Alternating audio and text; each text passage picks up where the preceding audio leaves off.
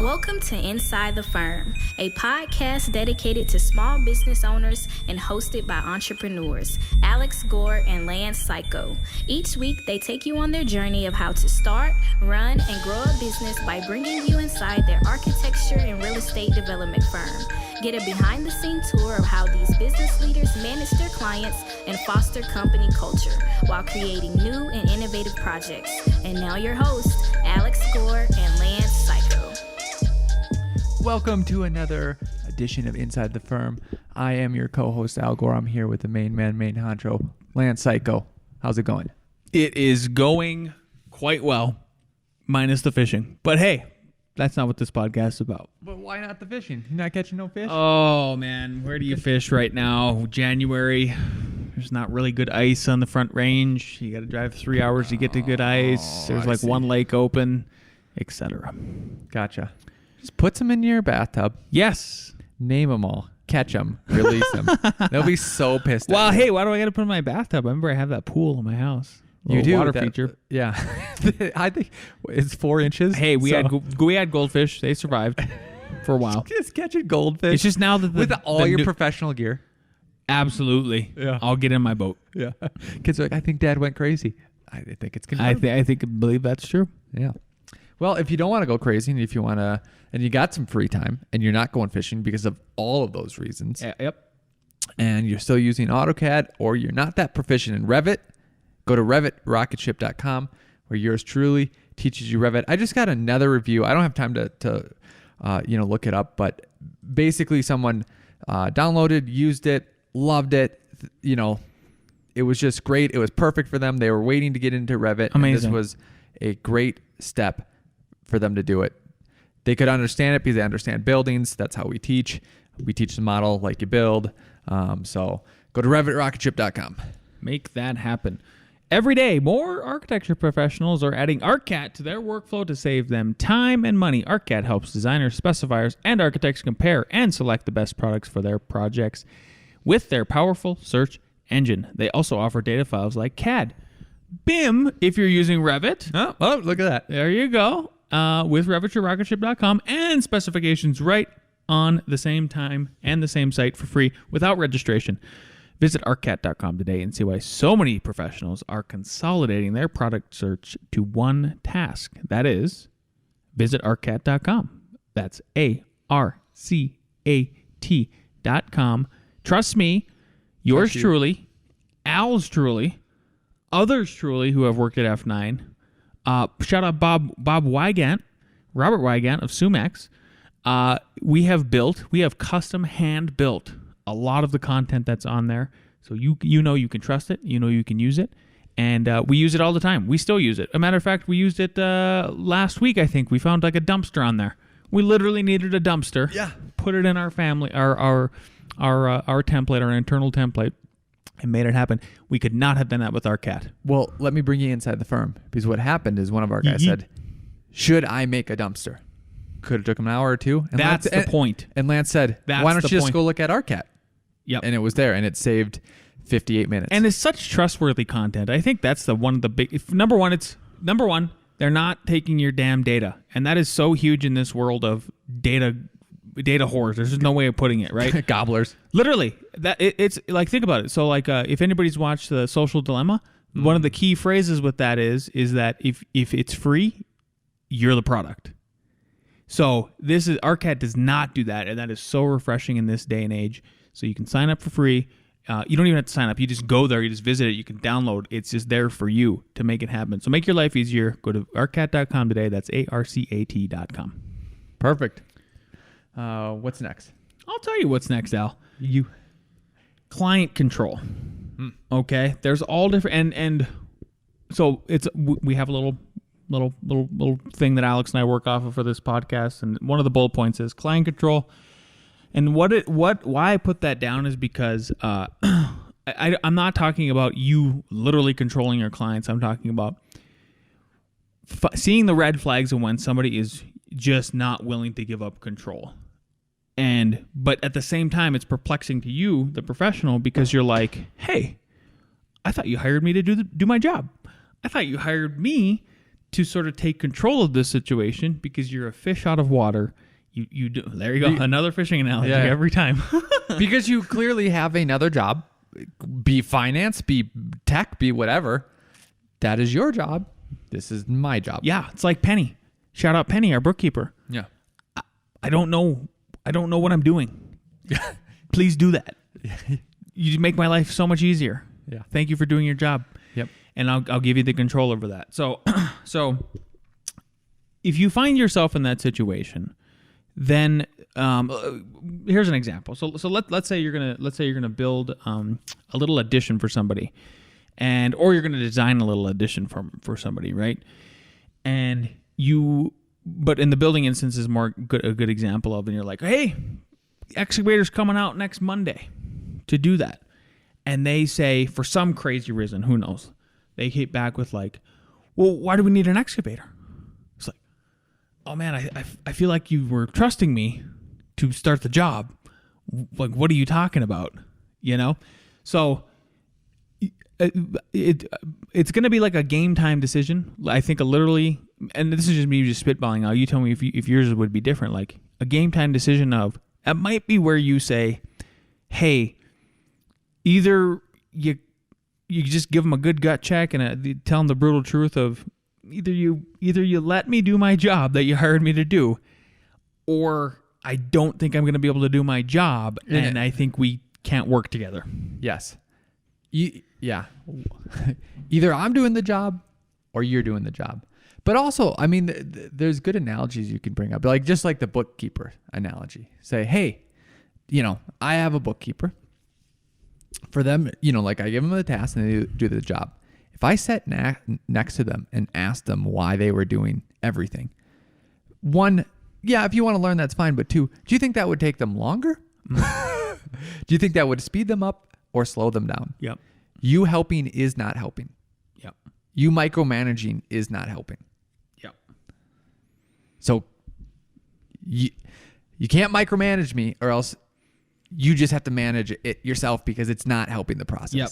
So that's I think that's about the best I can do for an analogy or an example today about when somebody, maybe you're going to encounter that at some point. I'm telling you this to reassure you that you need to have that big boy or that big girl conversation right then and there, and say, and it's kind of a, in the nicest way possible, a take it or leave it approach of like, either I'm allowed to do my job or I'm not, and if I'm not, then this is not workable, and why am I even here to begin with? There's only one fishing rod. There's only one. I'm literally doing it. Fishing for an analogy. He's doing here. it. He's doing it. He's doing it. So that's it. How about this? Let's move on. Yeah. What 5 questions should I ask to weed out bad clients early on? Man, you got to do it. You got to do it. So this comes from, so I have been, I'm going to give myself a little round of applause here because Al's not going to do it. You never know. Yesterday, I officially became a paid business coach, and I'm really excited about it. If you go to, I'm super excited about it. Now, the biggest reason why I'm excited about it is to help people out, obviously. But the second biggest reason I'm excited about it, and I'm not joking, is because I get contacted by LinkedIn people all the freaking time, and they're like wanting to be business coach, and I'm like, I have a podcast. I feel like I am the business coach. So if you go to, if anybody's curious what I'm doing, if you go to Loco. That's LOCO, and then thinktank.com/facilitator. I am a facilitator. And so I'm part of this group. Yeah. Are you a business coach or business facilitator? I'm just trying to get under your skin. I feel like he's fishing for something. Come on. You had it. I was hoping that's what you would say. I like that you picked it up. That's why we're a good team. Okay. We help each other insult ourselves. So I had my first meeting with my first. They're not a mentee, they're sort of a mentee, right? But you are coaching them to take their business from what we used to be, which was 1 to 5, or which was just 2 people, to like 5, right? So one of the things that I talked about with her that I pulled out of her, and it's kind of like a therapy session. It's so interesting. Is how can we how can we make it so you have an automated system to weed out bad clients? So you can just identify them and you're just getting rid of them, right? So let's say it's like if there's a school of fish and you're like, I don't want to catch these 3, but I want to catch these other 2. How do you do that? Automatically, right? Right lure. The right lure. Yeah. The right net. Exactly. Okay. So, Can I tell you one thing? yes. Do you remember, were you in Boy Scouts? For a little bit, did the cars. The cars are fun. Okay. We Remember also those? made fishing lures. That's cool. But I carved a wood one out of wood. Yeah. Painted it. Probably balsa wood. Exactly. Floats. And then drilled a little hole in it to put the BBs, whatever you call them, Sure. bearings, metal bearings. Whatever. Yep. Never caught a fish with it. I tried so hard for years. Literally, I probably made it when I was 8, and I probably tried till I was 18. Really? Yeah, I was like- with that lure. I was like, yeah, I made this. I got to catch a fish Wow. with it. I bet if Al found, you should find it somehow. I hope your mom finds it in the next week or something. Just cleaning something out, and sends it to you. There's a Al gives it to me. It's just nonstop. I patent it. Start another business. It works Push out. Al out. Well, know what? It needed 15 years in my parents' basement to get that Patina. patina. Yep, That fish exactly. patina. That smell. That like, oh, this has been in the dirt. This is what I want to eat. Yeah. All right. So anyway, back to this idea of having a filter to weed out bad clients. Came across an awesome article, and I wanted to read it to you. It's actually fairly new. So last quarter, October 19th, 2020 is when it came out. So I want to bounce these ideas off you, Al, real time, and you tell me if these are things that you have thought about, done, or that we could even adopt ourselves, or maybe the listeners can, right? So, question number 1. This is like you asking the client, right? What prompted this project? Okay. Interesting question. Exactly. I like it because I feel like it gets deep right away. Mm-hmm. Yeah. And it's okay to ask. It seems like it's deep without getting uncomfortable in some way. Oh, yeah. I don't even know, My kids are growing. They're growing up fast. They need room to grow in before they grow out of this house. Yep. You know? Yep. Exactly. You want the inside scoop. That's the whole idea behind that, right? You're asking you're asking for them the story behind the project. You love the stories, right? Building a story brand. Exactly. How they got to where they are, etc. Here's some of the things that can come out and why it can help you weed out bad clients, right? Mm-hmm. So you may want to hear how, for example, another firm completely screwed up their project, right? And why they're calling your firm to save it. And we get these calls to come in and save it. Matter of fact, I'm acting as a general contractor right now to save a project from something like this. Or maybe they're looking to take advantage of your service and then they want to create, a special thing because they've seen what you're doing, right? It just gives you, like you said, a deeper look at that, right? Because you need to know what you're dealing with before you make a decision to take it even further. So I think that's a great first question. That's one I'm going to include from now on. Yep. Hey, just tell me what prompted you thinking about doing this. Yep. And oftentimes a lot of people will tell me that right away. But man, I just think it should be standard practice from now on when I go, or maybe you go to a sales meeting. Okay. This is interesting. Question number 2. Let's say you're dealing with a couple. Who's the decision maker? Ooh. What do you think about that? I like and dislike that. Yeah? But I think it's necessary. But I only pull out that question. Do you ask it differently? Is that what it is? I only ask that question because a lot of times, there'll be a disagreement about whatever. And this actually doesn't come up in the sales pitch, right? I don't know if it's appropriate there, just to be honest with you. It normally comes out it's fair, yeah. at the first design meeting. So they'll just by virtue of working with them. Yep. Yeah. And then it'll go back and forth, and then a lot of times they'll make a decision, right? But then sometimes they won't. They'll say we have to come back to you, right? Then I feel like you can ask it if they have a disagreement, but if they're working things out, I don't think it's necessary. I also don't think it's necessary to do it in the beginning, like right away in the beginning. Let's say it's a husband and wife because it's a house, right? It could be any sort of couple, but it's kind of saying who's the boss? Well, who's the boss in what scenario? Like in the garage? Maybe one person's the boss. In the kitchen, maybe another person's the boss. In the bedroom, maybe No, another this person. is the truth. I bet in the kitchen I know who's the boss at your house. My wife. Exactly. Yeah. Yeah. I know who's the boss in our office, even though I share it. Who? Not me. But No, not. I don't mean you. I mean with my wife. yeah. Just so you know. In your office. In your office, At my in your house, house. yeah. Yeah. It's my wife. Right. But think about this.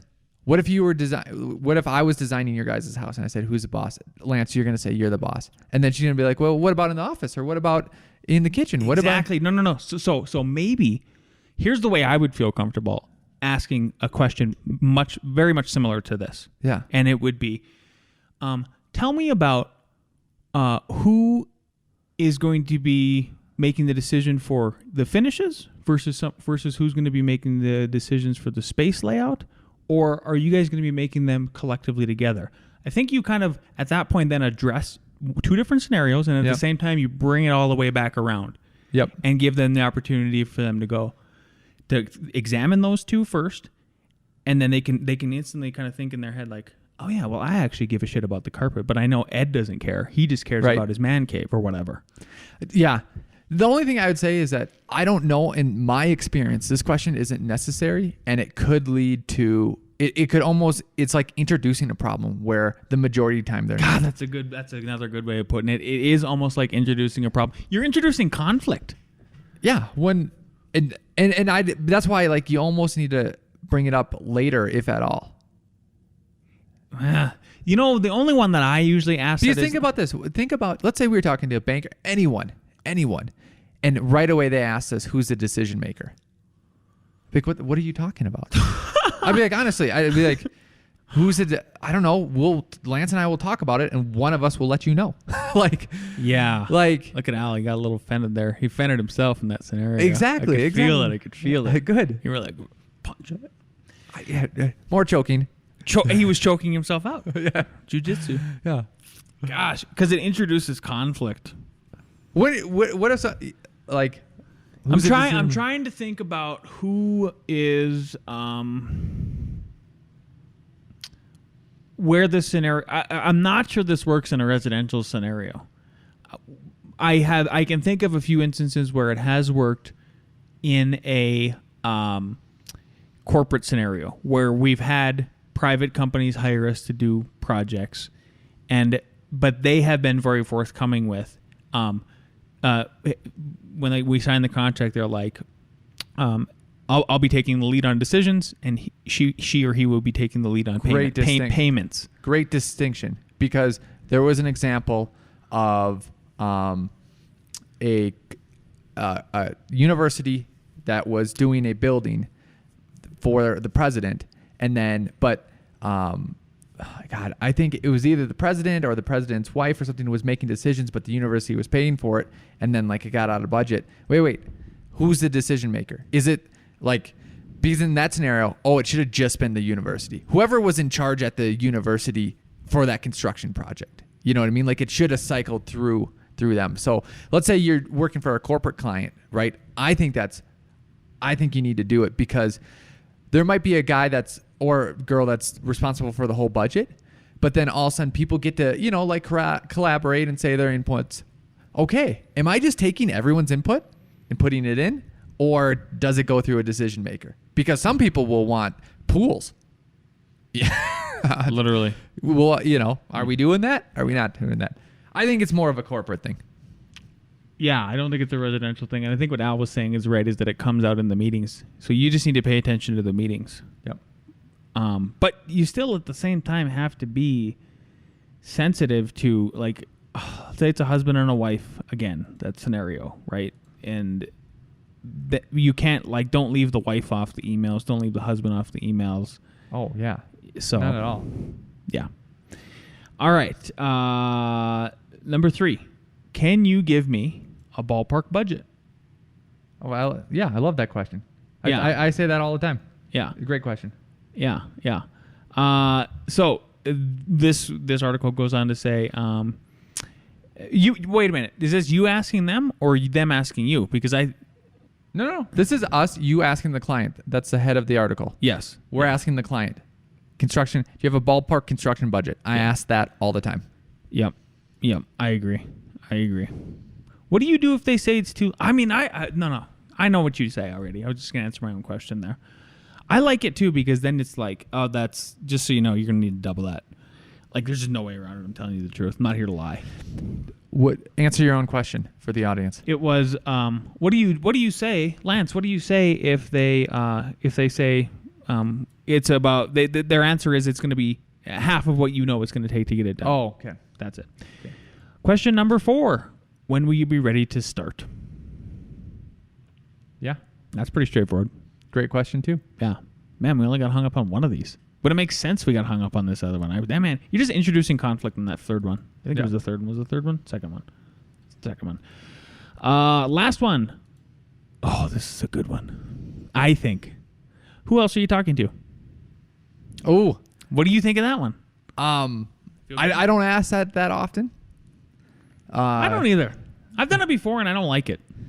Yeah. I think it's a good one because it's kind of like I don't know. It's a good one because it's like good questions make people pause.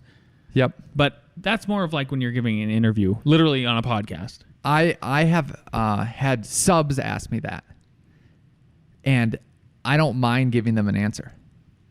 Now, so that might make you more comfortable in asking a client that. But I don't know if that's just me. You know what I mean? I don't know if it's just me that I don't like that decision question. And I don't mind getting asked, like, are you getting other bids? Okay, here's the premise behind asking this question according to the article, okay? Let's see if you buy it now.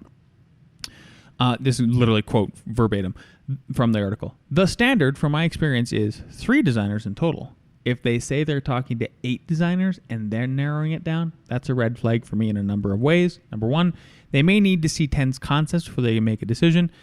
2, they may have a committee of decision makers who don't agree. 3, the left hand might not know what the right hand is doing. I like that. Then I buy it, asking it. I like that because I swear I've had one of these where they were like, oh yeah, we want to talk to 8. And I was like, you couldn't find out enough on the internet to narrow it down to 3? Here's one where here's an example that I've had before. I've had the whole been talking with them online or on a phone call or whatever, it doesn't matter, and they say, yeah, can you come down to the space and take a look at it at 10 a.m. or whatever? And then I go, sure. And they go, great, I'll let the other architects know as well. And then I go, wait a minute, what do you mean other architects? Yeah. Oh, we're going to have other architects there too. And I go, I'm not meeting with competing architects in the same meeting. That's not happening. Yeah. Let me tease that out just because I haven't had that happen. Although now in hindsight that I've said no, I kind of want to do it.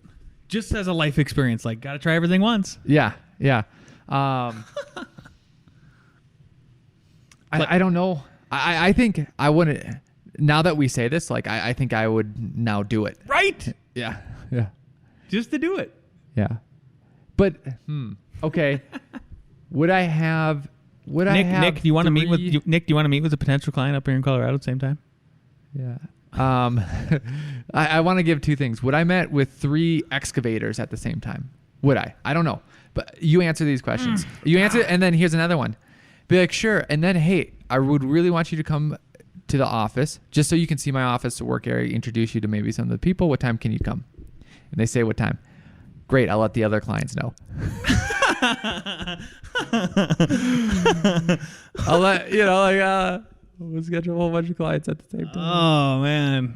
Sounds crazy. Okay. Would you have a couple subs out at the same time? No. No. Nope. That's not, it just feels awkward. Yeah. But I would go if invited now, just to be clear. There you go. Yeah. Huh. So I don't know if I would still ask. Why is it awkward? I agree that it's kind of awkward, but why? Is it because it's like, oh, is it a power position? Yes. Now? Here's your competition. Here's your competition, and I'm the one with the... And if we can continue, I think it's good that you said subs. So we're putting our contractors' hats on now, right? Yeah.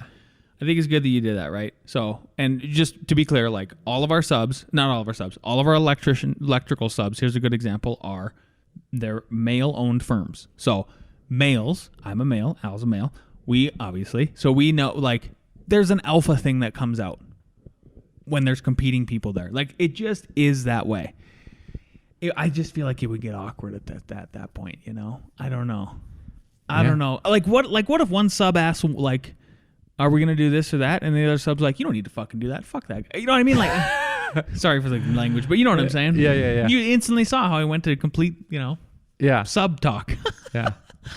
Or here's another thing too. Here's why another reason it could be awkward. During that walk and talk and when you're doing it, it's the time to sell the client, right? Meaning, I'm going to make up insulator. Hey, we give you great prices. We do the insulation, but we actually go above and beyond and we insulate all the bathrooms. Competition doesn't do that. Yep. And then the competition goes, yeah, we do. Or stop lying, Joe. Or you're doing it again, Joe. That's why your wife left you, Joe. Yeah, this is awesome. See how awesome it got real quick? But here's why I think it's awkward. Here's the reason maybe not to do it is, okay, maybe they can't tell you all that information. Maybe they don't want to tell you all that information. It's kind of proprietary in a way, right? Yeah. And then maybe they think, oh, now it's all based on just the lowest bid, so I'm not going to do my special stuff and just get the lowest bid because I can see that there's 3 there. And then let's swing it. Let's swing it all the way back to if it was us selling design services. Well, if I'm bringing the mock proposal out, I don't want these other. Even though we talk about it on the podcast, I still don't want you to see it. I still don't want you to see my style. Like sales is such an art, in my opinion, that it takes so much personality, at a core level. Right. I don't want people to take that. I don't want people to learn from that. Right. That's the only thing that's the only thing that maybe where I go like, okay, now I'll put my capital A architect. And that's not even, maybe that's capital B business person more than anything of holding something close to the vest. I don't know. Spitballing. Yeah. Yeah. Yeah. I'm trying to think about it in other scenarios. Like, would you ever grab 3 car dealerships, bring them to the same area and say like, what can you do? What can you do? Right? Like, he's gonna know what I'd say. Almost is like, this is the analogy I'm working. I think by analogies. This isn't an auction. Ooh, that's a good way of thinking about it. You know what I mean? Like, yeah. I'm sorry, my services aren't an auction. I mean, I still think I'd go to one of these just for the fun of it. Maybe talk about kind of really hoping that the universe hears the woo woo we're trying to put into it right now, and we get an inquiry soon. Yep, and that happens. Yep. I wonder if big commercials do that. I wonder if you're doing it. Big commercial. CU. We're gonna do we're going to do an addition. Okay, can I give you an example? Yep. So. We went after some county work recently, and yes, Alex Gresh, one of our leads, was there with the other contractors. He was our representative from our contracting firm. He was there with the other contractors. Yep. But that scenario is much different because it's literally just Q&A, and you're asking for the question. You're asking direct questions, and you're hopefully getting the answers right back. That's there you go. That's the example I could think of.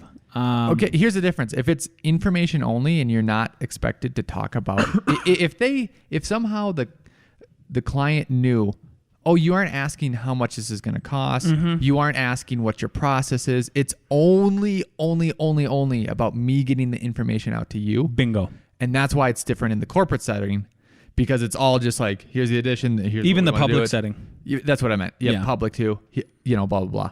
It's not them then asking you like, what's your process? Mm-hmm. They're not, it can't be an interview of you. It's just information. So maybe that's the distinction. Hey, just got a question about this meeting. If there's going to be 3 architects there, is that just for you to show us the information, or are you going to be interviewing, asking questions about, us, blah, blah, blah, blah? Because then if smart. Yeah. Yep. There's a distinction. You know that. Okay, I'm gonna give y'all, including Al, some additional tips for success. Okay. Business development can be the biggest challenge for creative entrepreneurs, but it doesn't have to be. When you use these questions and the bonus tips below, sales become easier and even fun because you're meeting new people and making a connection. So, more tips for success. Do more listening than talking. We've talked about that. First half of your meeting should truly be listening, right? Number 2, focus on how you've solved a similar problem.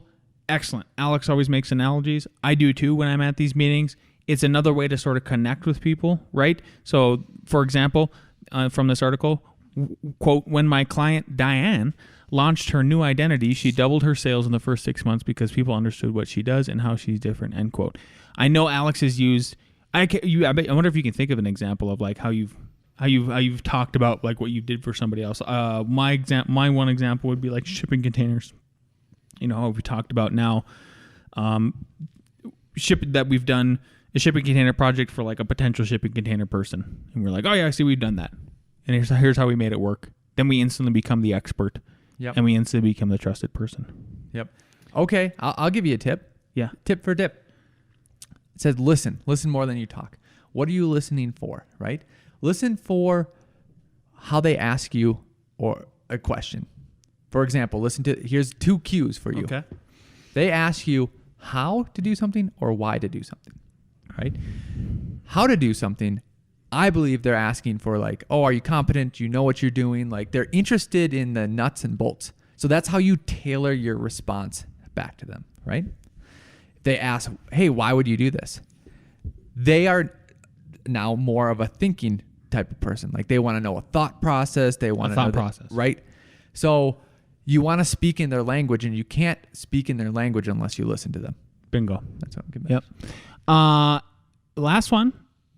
Passing on the project is not a bad thing. If you need to walk away, that's okay. Taking a pass leaves open space to find the free leads and clients for you and your business.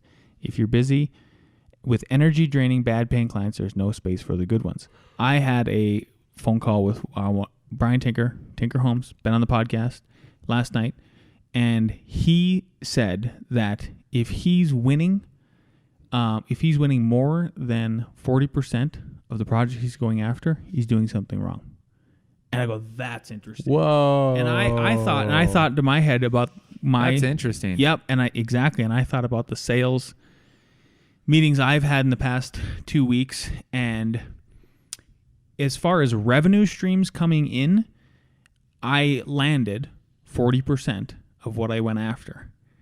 But I didn't get 40%. I got only 25% of the total. But the one that I did land is the biggest revenue. It's our target custom, modern, cool house in Denver. And so I was like, huh. I mean, when he said that, I go, are you sure you don't have those backwards? And he goes, no. And Brian is a very smart guy. Brian is a white-collar, blue-collar contractor because he has a finance degree. So he, in my world, Brian is a different kind of contractor. Mm-hmm. He's unique, and he provides like I think a higher and more keen level of business acumen. Yeah. So I mean, take that for what it's worth. But I thought it was really interesting. I like it. Al likes it. What do you got, Al? If you want to join what we're doing here, do it. I'll tell you. The whole firm at Inside the Firm, F9 Productions, we're reading 2 Second Lean by Paul Akers. The last assignment we gave, so your assignment if you want to join us is, buy the book, download it. You don't even have to buy it. Yes. How do you do that? Yeah. You can, the App Store, go to Lean Play. Just type in Lean Play. I'm going to do it right now just so I follow along and see if you're right. Okay? Yep. Lean Play. Did you have your phone on you? Yes. Yeah, do it that way. Oh, it's literally like an app on the iPhone or Android? Yeah. So you could return the audiobook that you got. Okay, Lean Play. Do you see it there? Holy cow, there it is. Yep. Download it. It actually came up as 2 Second Lean Play, but I still typed in Lean Play and it came up. Awesome. You download it? And I will get it now, and it's Lean Audiobooks by Paul Akers. I got to sign in. I got a new password now. Keep going. There you go. You don't thumb it? You should thumb it. I do the thumbprint. Oh man, I knew you were with the NSA. I knew it. Anyways, this week we are people are finishing up chapters 1 through 6, and then next week we'll assign 6 to 12. You can buy the book Or you can listen to it. You can listen to it on Audible, or you can listen to it for free on Lean Play. So follow us along with our journey and join us if you want to. But tell everybody why we're doing it and what the goal is. So Al had this idea. Al reads these we both read these kind of books, but Al took the lead on this one and said, "This is a great book. What do you think about this idea?" And the idea is, he gives all kinds of examples for other people. You probably cannot apply some of them to you, obviously, but then you got to think about how you apply them to yourself, right? If you can figure out a task that is repetitive, and you can take 2 seconds off of what it takes to do that task, think about how many times you got to repeat that task, and then that's how much more efficient you become overall, right? Think about then if it's your like one person firm. We are now 12 if you count Penny, and we do count her. Then like you have that many more tasks with that many more people. So the idea is to re-lean our firm in a new way here, thinking about going through this book. So I highly recommend that everybody else, if you consider it. We've already even talked about, like, in one of the very first episodes, the Lean Startup, like that book. Yes. So it's a kind of like a hot word, right? That lean word when it comes to entrepreneurship and business. The Lean Builder? Yeah, the Lean Builder. Why wouldn't you want to be lean, mean, and to be a rockin' business machine? But here's the other idea behind it. So like the Lean Startup, Lance or I will find a book, and then we'll say, hey, I think you should read this. It applies to business. We want to do it. So I did that to Lance. He's like, yeah. And I said, not only that, I go, well, then it's not just about us, though. It's everyone else. So let's get everyone else on the same page. Yep. His 6th chapter, I forgot what it's called, but it might even be called, I have notes here. It's about building a culture. You're not going to build a culture just through Lance and I, then mandating like, hey, 2 seconds, because it's deeper. It's deeper than that overview, right? So that's why everyone is doing it, so everyone can be on the same page. You got it. I also hope this guy does it soon with us. Nick Renard with Nick Reads. Hello, best friends. I hope you all had a great week this week of reading. You see those little black boxes? They're called telephones. I'm going to let you in on a little secret about these telephones. They're not going to dial themselves, okay? Without you, they're just worthless hunk of plastic. Like a loaded M16 without a trained Marine to pull the trigger. And in the case of the telephone, it's up to each and every one of you, my highly trained Strat Knights, my killers who will not take no for an answer, my warriors who will not hang up the phone until their client either buys or dies. Let me tell you something. There is no nobility in poverty. I've been a rich man, and I've been a poor man. And I choose rich every because at least as a rich man, when I have to face my problems, I show up in the back of a limo wearing a $2,000 suit and a $40,000 gold watch. Now, if anyone here thinks I'm superficial or materialistic, go get a job at McDonald's, because that's where you belong. But before you depart this room full of winners, I want you to take a good look at the person next to you. Go on. Because sometime in the not-so-distant future, you're pulling up next in a red light in your beat-up old Pinto, and that person's going to pull up right alongside you in a brand-new Porsche with his beautiful wife by his side. And who will you be next to? Some disgusting wildebeest with 3 days of razor stubble and a sleeveless moo-moo crammed in next to you with a carload of groceries from the Price Club. That's who you're going to be sitting next to. So you listen to me, and you listen well. Are you behind on your credit card bills? Good. Pick up the phone and start dialing. Is your landlord ready to evict you? Good. Pick up the phone and start dialing. Does your girlfriend think you're a loser? Good. Pick up the phone and start dialing. I want you to deal with your problems by becoming rich. All you have to do today is pick up that phone and speak the words that I've taught you. And I'll make you richer than the most powerful CEO in the United States of America. I want you to go out there. I want you to ram Steve Madden stocks down your clients' throats. till they choke on it. Till they choke on it and buy 100,000 shares. That's what I want you to do. You'll be ferocious. You'll be relentless. You'll be telephone terrorists. Now let's knock this mother out of the park. Leonardo DiCaprio from The Wolf of Wall Street. Toodles. Nick Leonardo DiCaprio right Yes, the Wolf of there. Architecture. Florida. Of Florida. All Florida. That was a crazy movie. It was a good movie. I think if people have different motivations, obviously that's over the top. But if it gets you riled up and selling, then good. And especially if you're selling something that's awesome, right? If you're selling something that's good for someone, then all the better. If you're selling junk, then don't do that. Don't pick up the phone. Put it back down. I tried to do a quick Google search.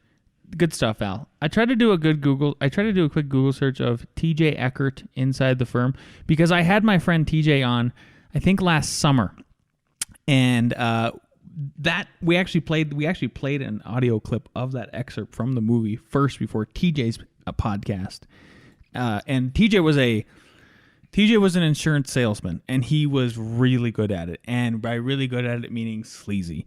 But with the sleaze, like there's always something you can learn from it. Where I'm not suggesting you do something illegal at all. But anyways, I just remembered that. So you should go try to find that episode, check it out, because it's entertaining if nothing else. Like TJ's stories were nuts about sales. The way he was doing it, I was like, this is craziness. So let's see if we can get some craziness with the folks over at Inside the Firm with some A.R.E. Jeopardy.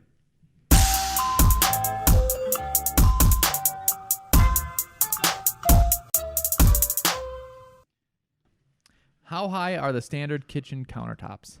A, 30 inches. B, 38 inches. C, 34 inches. D, 36 inches. What kind of a wussy question is this? Well, let's see. Standard. We got D, A, D. It is D. Wow, layups today. Yep. Number 2 in it. Everybody got it right? Nope. 2 got it wrong. We won't name names. Okay, I really want to shout them. Sorry, not layups. In an attic. Free throws. Yeah, and some people are Shaq. It's Yes, okay. some people He are- has other. He's tall. He can dunk. Yep. It's okay. In an attic, what is the minimum clearance? A, 30 inches. B, 24 inches. C, 28 inches. D, 32 inches. What the hell kind of a question is that? Attic In an clearance. attic? So, like, let's say you're in an attic and you need to get to some space, right? What is the clearance? Interesting. A, 30 inches. Huh. B, 24 inches. C, 28 inches. D, 32 inches. Interesting. What? You're gonna have to talk to me. You're not that. I mean, I need to know about this. Like where this comes from. You gotta know. We have D, B. It is A. It is A. We're just talking about that. Are you serious? Yeah. No collusion either. I didn't even hear you guys. So Wasn't 30 even listening to your guys. does 30 inches also apply to fixtures? If you're gonna have an accessible attic. But like So like if you need to provide an access panel to it, you have to have at least 30 inches of clearance in there. If it's below 30 inches, you don't need access panels. I don't think. I see what you mean. If the attic itself, if the attic itself has 30 inches or more, then you have to provide access to it. For at least 30 square feet, there's a rule like that. Oh, okay. Yep. But also, we had a. Huh. I don't even know. that. Let's say you Crazy. have a roof and then you have another portion of it intersecting and you need to get from one portion to the other portion, right? In Becker, you have to cut out for there. What are you going to cut out? 18 inches so you can just squeeze through? Billy and Fish, just like Jurassic Park, Someone appreciated that. Thank you. 18 inches to get into a crawl space. Did I say crawl space? No, but why is it different? Because America is why it's different. The panel Oh. can be different than the No, he's saying minimum. going horizontally. Oh, I see. Why is that Yeah. different than a crawl space? I don't know. Interesting. Look into it. All right, what do we got for scores so far? Let's do a quick roundup here. We got two, a goose egg. Goose egg? He has a smile. One. I feel like his counts as half that smile. Yeah. All right. All right, here we go. Ready? Time out. Because, hey, wait, Sam. Remember when you cut into the garage? Did we say 30 inches high? Yes. He said yes. I'm glad he did. I also remember that I cut through a truss. He also cut through a truss that we had to fix. We fixed that and then Yeah. we cut through it again. Yeah. And then fixed it. There you go. All right, number 3. Which of these is not one of the 3 characteristics of the physics of sound? A, dynamic range. I heard that, Ross. B, sound level. C, frequency. D, propagation. Okay. A, dynamic range. B, sound level. C, frequency. D, propagation. If you get this wrong, building fall down, go boom. All right, we have D, B, D, B, B, D. The correct answer is A.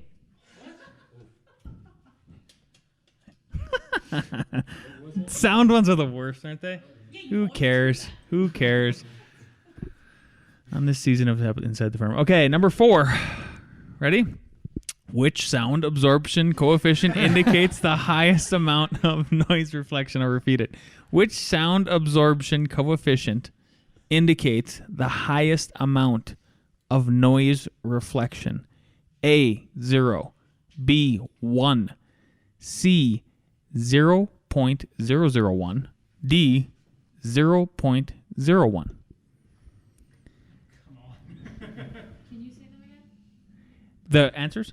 Yeah. A, 0. B, 1. C, 0.001. D, 0.01.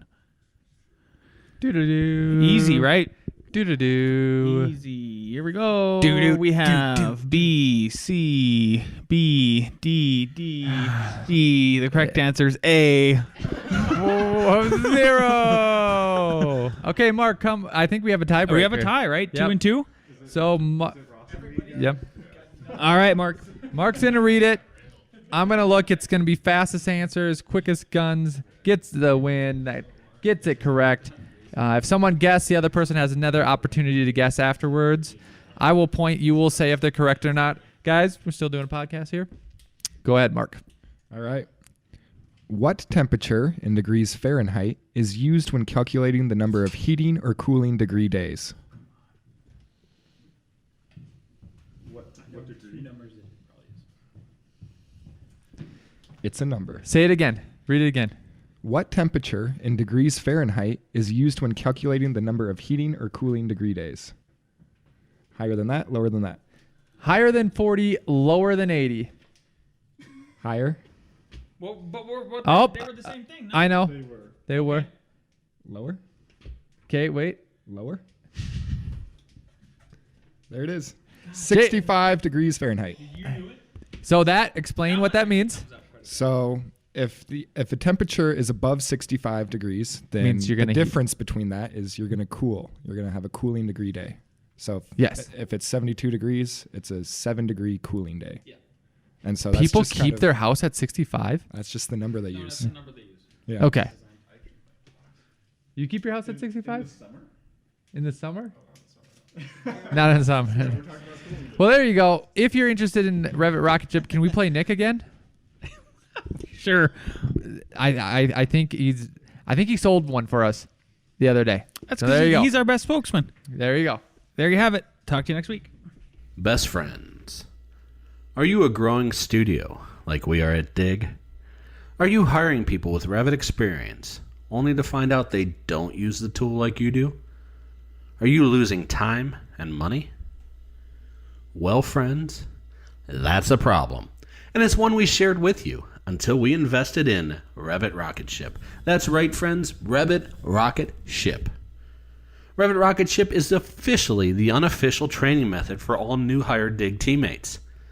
It gives us a great foundation to build on and gets our team modeling in Revit with the same methodology so quickly. Plus, the Revit Rocket Ship package comes with all this really cool bonus stuff and a personalized autograph headshot from Al Gore, the short, cool one. And friends, I can't believe I'm doing this. Al is not going to be a happy camper, but for an unlimited time. And for my best friends, if you use the promo code DIG at checkout, free high fives for life. And upon hitting the buy now button, if you reach up in the air with a hand extended for a high five and yell out, "Revit Rocket Ship," I will stop what I'm doing in my studio in sunny Jacksonville, Florida, reach up, receive that high five, and send one right back to you. How's that for a deal? Revit Rocket Ship. One hell of a foundation to build your studio on.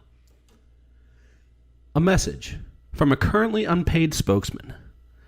And I'm not entirely sure the promo code thingy will work, but go ahead and try it anyway.